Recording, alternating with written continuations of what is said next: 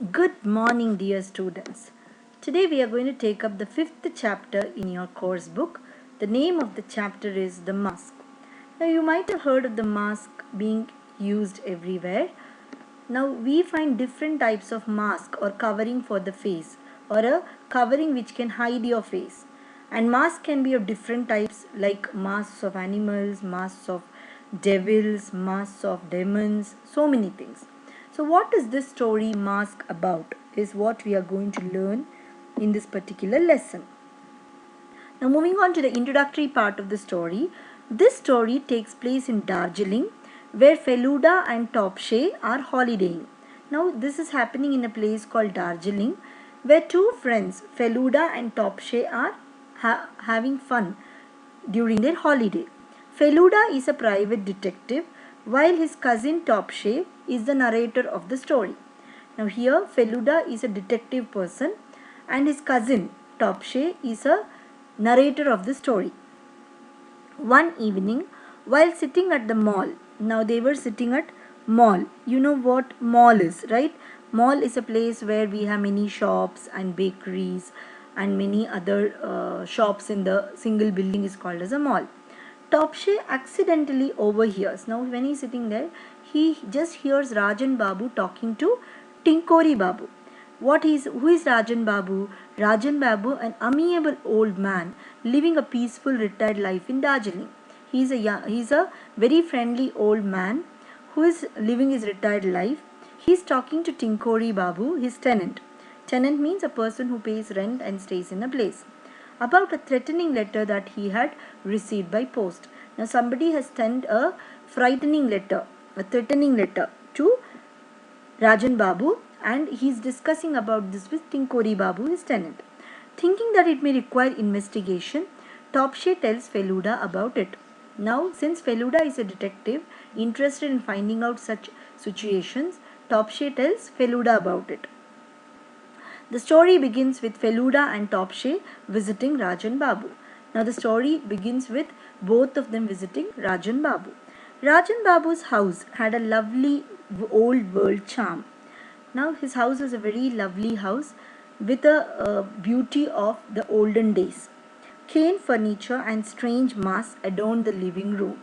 Now in his living room there were cane furniture and very strange different masks were hung on his walls in the living room. Very recently, Rajan Babu had developed an interest in antiques. Now, it was recently that Rajan Babu was interested in antiques. Antiques means old and valuable things, and had started collecting them. Now, let us see what happens further in the story.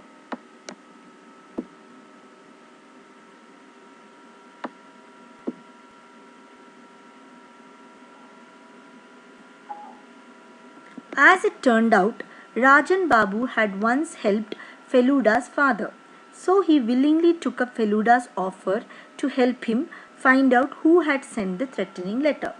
Now they approached Rajan Babu to help him to find out who sent the threatening letter. So earlier once Rajan Babu had helped Feluda's father. Now Feluda is our detective, and since he knew about this, he willingly accepted Feluda's offer of helping him. He was just about to tell us about it when Tinkori Babu joined us. Now just Rajan Babu was telling something about the letter. By then the tenant Tinkori Babu joined him. Introducing himself as Rajan Babu's tenant, Tinkori Babu said, I did hesitate to move into Rajan's house, as I have a special weakness for cheerots. Only when he said that he did not mind the smell of cheerots did I accept the offer. Now here what happens? Tinkori Babu is telling how he came into Rajan Babu's house. So he said, first I was really hesitant to come to his house because I have a habit of smoking cheerots. Cheerot is a type of cigarette. Okay, and then Rajan Babu told me that he has no problem with the smell of cheerots, so he accepted to come and stay over here. Feluda turned to Rajan Babu and asked, do you have the letter here? Feluda is asking Rajan Babu that do you have the letter here? Rajan Babu took it out of his pocket. Then Rajan Babu takes the letter out of his pocket. It was not handwritten. It was not written by hand. Okay. The words, "Be prepared to pay for your misdeeds," had been cut out from newspapers and pasted there. Now here, the letter was a different one which was not handwritten. It was not written by hand. And the words, there were some words written, "Be prepared to pay for your misdeeds." So, be prepared for what you have done is what is meant. And that was cut out from the newspaper and pasted in the letter. Rajan Babu said, "It was posted in Darjeeling. Unfortunately, I threw the envelope away." Now Rajan Babu says, "This letter was posted in Darjeeling only, but I threw away the envelope."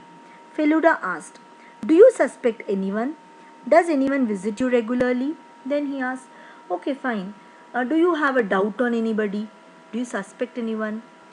Does anybody come here regularly to visit you?" "No, I can't recall over harming anyone. And I don't get too many visitors." Then he says, "I don't remember harming anybody or troubling anybody.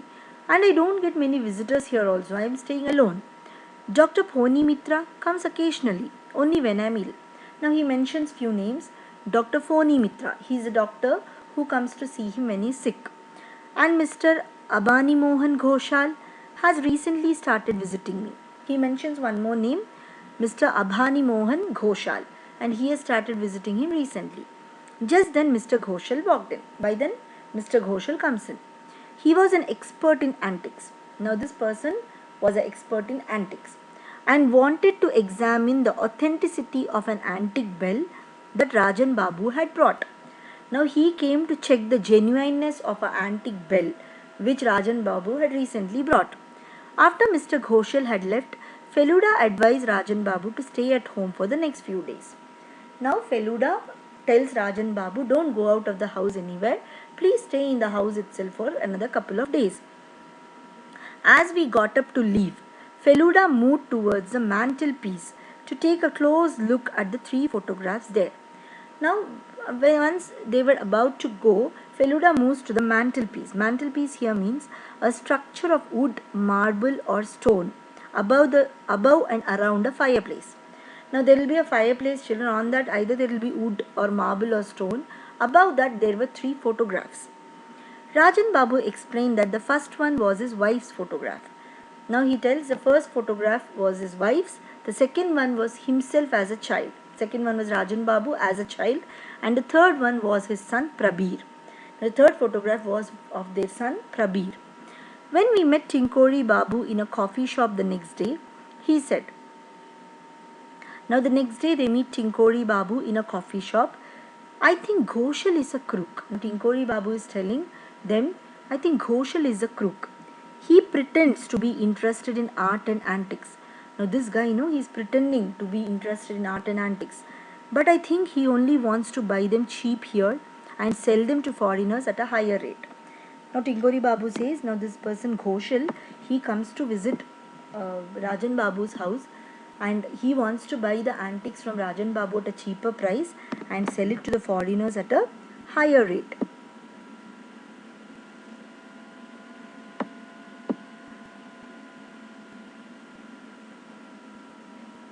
See, this is a mantelpiece, what I told you. In this picture you can see, no? "Then Mr. Ghoshal might have a motive in sending the letter to Rajan Babu," said Feluda. Then Feluda says, "Yes, might be. Then Ghoshal might have an intention, like to scare Rajan Babu. I learned during my visit to the curio shop today that the shop is going to get some fresh supplies this evening." Then he mentions, "I also visited the shop today and it seems there are many new things to be coming into the shop."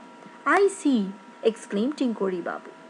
"A letter like that would naturally frighten Rajan Babu into staying at home for a few days, and Ghoshal would get to buy all the new pieces." Then he says, "Yeah, maybe. Now see, when Rajan Babu is scared, no, he will not come out of his house. So Ghoshal will be interested in buying new pieces, isn't it? So that he can buy it to the foreigners, sell it to the foreigners." Exactly. Tinkori Babu also told us about Rajan Babu's son, Prabir. Apparently, Rajan Babu had asked Prabir to leave the house 16 years ago when he caught Prabir stealing money from his cupboard. Now, Tinkori Babu is mentioning about Rajan Babu's son by name Prabir, and he explains how Rajan Babu had sent his son out 16 years ago because his son had stolen money from the cupboard. Prabir had not been seen since. Hence, Tinkori Babu was shocked to hear that we had seen Prabir at that morning. Then after that, Prabir had never come back.